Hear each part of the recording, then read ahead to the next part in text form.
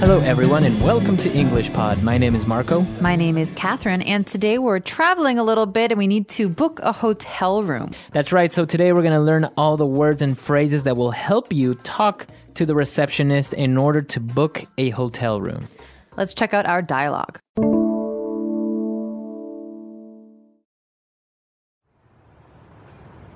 Madison Suites, how may I help you?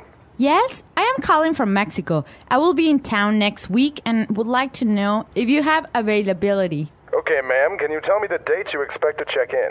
Yes, July 9th. I will be there for 7 nights. We have a junior single suite or a superior double suite available for those dates. What's the difference? The junior suite is smaller and has one twin bed, while the superior suite has a double bed and minibar. Okay, I would like to reserve the superior suite. Is breakfast included? Yes, a buffet breakfast is served every morning. I will need your name and your credit card details in order to complete the reservation.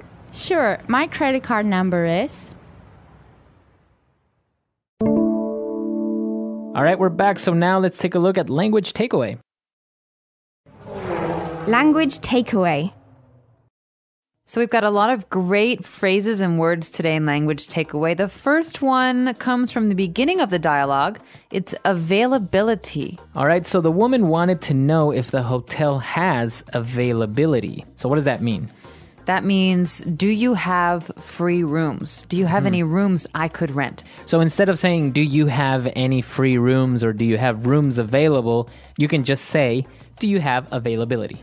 That's right. So you're basically asking the person, do you have anything available? So what's your availability? Very good. Okay. All right. So we asked the hotel if they have availability, and obviously the receptionist needs to know when we expect to check in. So this is a noun and a verb, but in today's dialogue, it's used as a verb. So it's something we do to check in. So the person on the phone would like to know what date you expect to check in. That means, when will you arrive at our hotel? That's right. So maybe we will arrive to the city a couple of days before we check into the hotel. So we really specifically want to know, when are you going to start sleeping here? That's right. And the opposite, so when you leave the hotel, is called check out, to check out. That's right. Okay, so we want to check in on July 9th, and the receptionist tells us that we have available a single suite or a double suite. All right, so these are two different kinds of rooms. Now, a suite is different from a room because it actually means that the space you're going to use is more than one room, maybe 2 rooms or 3. That's right. So it's a little bit bigger than just a standard room. It might have a sitting area or a kitchen area. So that's what a suite is. Very expensive rooms are suites as well. They have a sitting area and a kitchen and maybe even an extra bedroom. That's right. Okay, so we have a single suite. That means that we have one of these big rooms that is only for one person. Yeah. And a double suite means that 2 or more people can sleep there. That's right. So single will be 1 person and double will be 2 people. And we also heard similar words with the beds, because sometimes the rooms aren't really clear about what kind of beds they have. So this person asked, what's the difference between these rooms? And the hotel employee answered, well, the junior suite has 1 twin bed. Mm-hmm. All right. What's a twin bed? So a twin bed is basically a bed that's only for one person. Only one person fits in there. All right. So it's a single bed, basically. We call it a twin. Mm-hmm. It's a standard size. So everywhere you go, a twin is always for one person. That's right. All right. And if you want to have another person in bed, we have to get a bigger one. And what's that bigger bed called? It's called a double bed. A double bed. So again, double room, double bed. Mm-hmm. So this means that 2 people can sleep on the one bed. That's right. So this is important because sometimes you want to book a hotel room and it will be a double suite, but it will have 2 twin beds. All right, so it's a double room, so it's for 2 people, but each person has their own small bed. That's right. 2 twin beds. Mm-hmm. Okay. And lastly, the superior double suite not only had a double bed, but also had a minibar. A mini bar. So you know what a bar is? It's a place you go to get some alcohol or some drinks. But a mini bar is a little bit different, right?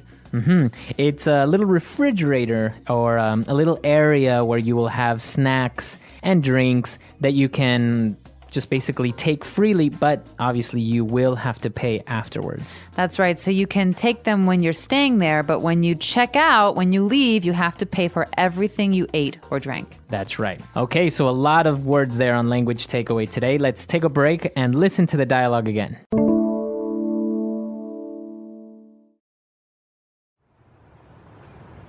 Madison Suites, how may I help you? Yes, I am calling from Mexico. I will be in town next week and would like to know if you have availability. Okay, ma'am, can you tell me the date you expect to check in? Yes, July 9th. I will be there for 7 nights. We have a junior single suite or a superior double suite available for those dates. What's the difference? The junior suite is smaller and has one twin bed, while the superior suite has a double bed and minibar. Okay, I would like to reserve the superior suite. Is breakfast included? Yes, a buffet breakfast is served every morning. I will need your name and your credit card details in order to complete the reservation. Sure, my credit card number is... All right, so now it's time for some phrases. Let's start with Fluency Builder. Fluency builder. So the first phrase in Fluency Builder might seem a little bit strange. It's, I will be in town next week. I'll be in town. In what town? That's right. Well, if you say I will be in town, that basically says I will be in this town. I will be there. I will be here. So I'll be in the town you're in. This is interesting. So when I'm talking to someone, maybe Marco is in Chicago and I'm in New York. And I call and I say, hey, Marco, I'll be in town next week. What are you doing? Right. You want to have a drink. That means I'm going to be where? You're going to be in Chicago. That's right. I'll be in Chicago like Marco is. I'm not going to talk about where I am now. This usually means I'm going somewhere else. That's right. So actually, you can tell your friends that you're going to be in town, or sometimes you have to tell someone you're going to be out of town. I'll be out of town. That means I won't be where I am now. I won't be in New York. I'll be somewhere else. I'll be in Chicago. That's right. All right, so now moving on, when we were talking specifically about the hotel and maybe what is included with our suite, we asked a very important question. Is breakfast included? Included in what? In the price. All right, so this is a very common question, like you're saying, Marco, but it's not obvious. So when you ask, is breakfast included? That means, do I have to pay extra for breakfast? If breakfast is included, I don't have to pay. If it's not included, that means I have to pay extra for breakfast. That's right. And in this case, breakfast is included, but not just any breakfast. It's a buffet breakfast. My favorite kind of breakfast. So this is pretty common with hotels. They will serve a buffet breakfast from 7 a.m. to 9 a.m. or whatever. A buffet means that there's a room with tables and food on the tables. Right. So you don't order food. You just take whatever you want. That's right. So you can take whatever you want and usually as much as you want. That's the best part. Okay, so now we know that breakfast is included. We know what our room is like, so we're gonna make the reservation. And the hotel employee says that he needs our credit card details to complete the reservation. Credit card details. Now you might be wondering, what details? Credit card details means the specific information on your credit card. All right, so this is pretty common when you're making a purchase on the phone or on the internet. You have to provide your credit card details. Right. That means your name, your credit card number, and the expiration date, which is when the card will no longer be useful. So it's necessary because obviously you can say, yeah, I'm going to be there tomorrow, and then you don't show up and the hotel loses money. So they need to make sure that they have you somehow. Yeah, that's their way of protecting themselves. They want to give you the room, but they also don't want to lose money. Okay, so let's listen to our dialogue one last time, and we'll be back to talk a little bit more.